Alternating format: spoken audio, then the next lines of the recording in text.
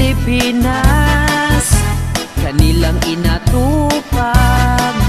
Puro chismis ang ikakalat, sarap hampasin ang baldi, ang dadaan atras abanti.